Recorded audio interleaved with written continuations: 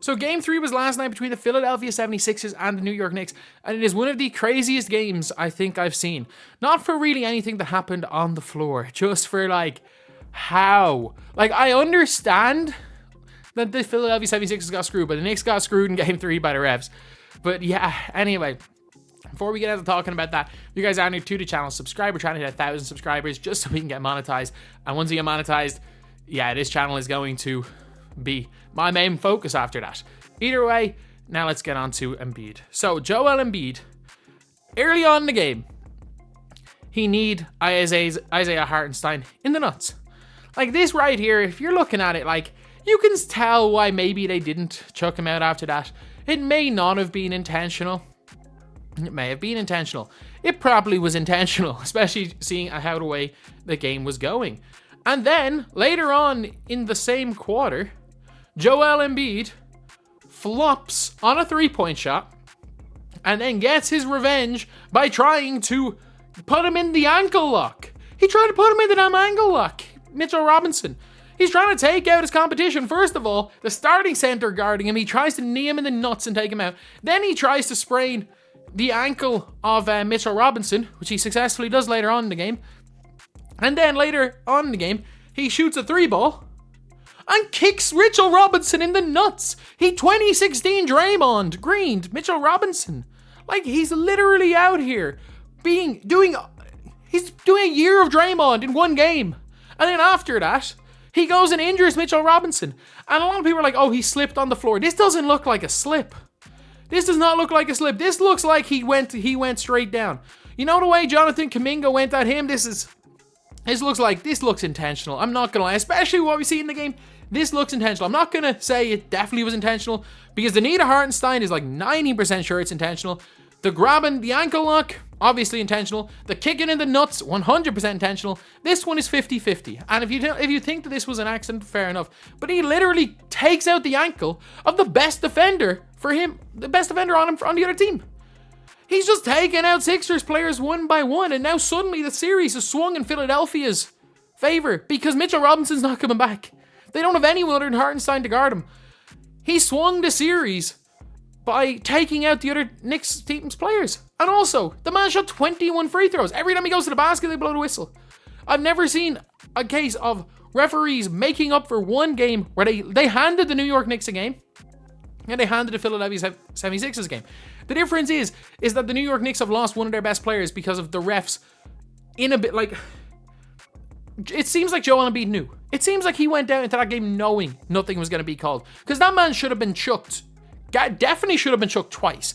Could have been chucked 3 times and then took someone's ankle out. Not like you can't call anything for that one, him taking out his ankle, but with the way the game's gone, it's like the Draymond situation. If Draymond does something like that, you have to assume it's intentional.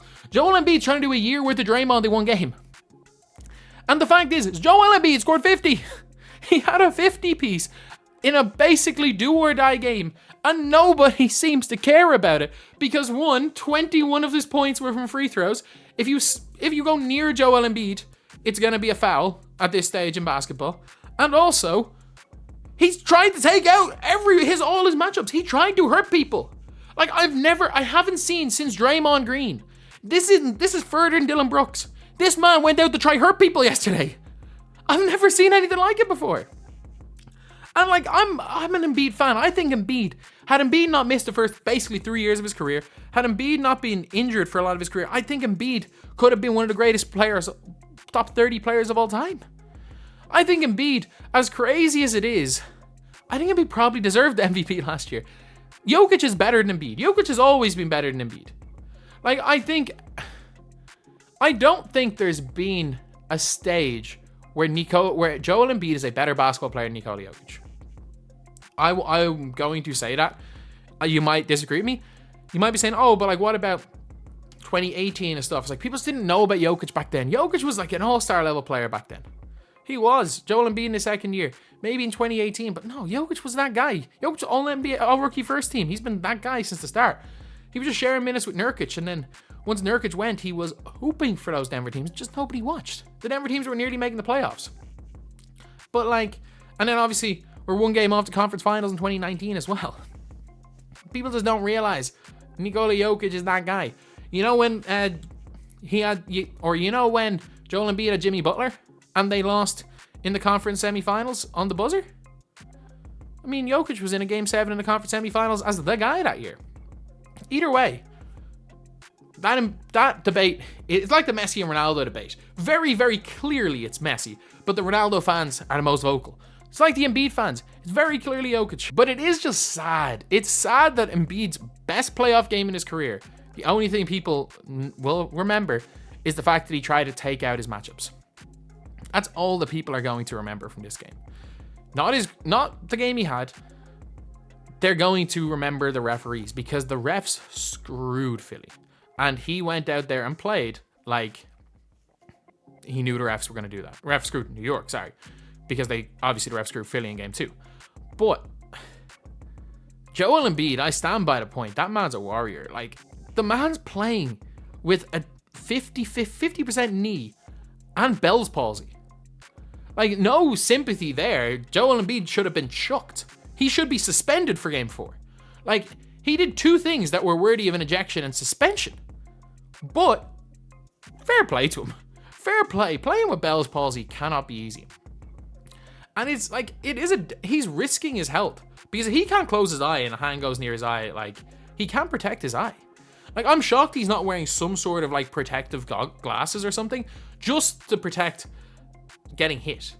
But he's obviously chose not to. But it's a serious risk. Like, he should not be allowed on the floor.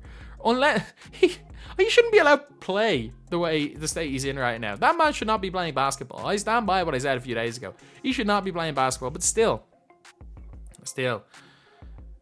what he did yesterday was crazy. He should have been chucked. The referees didn't have the balls to chuck him because of what happened in game 2.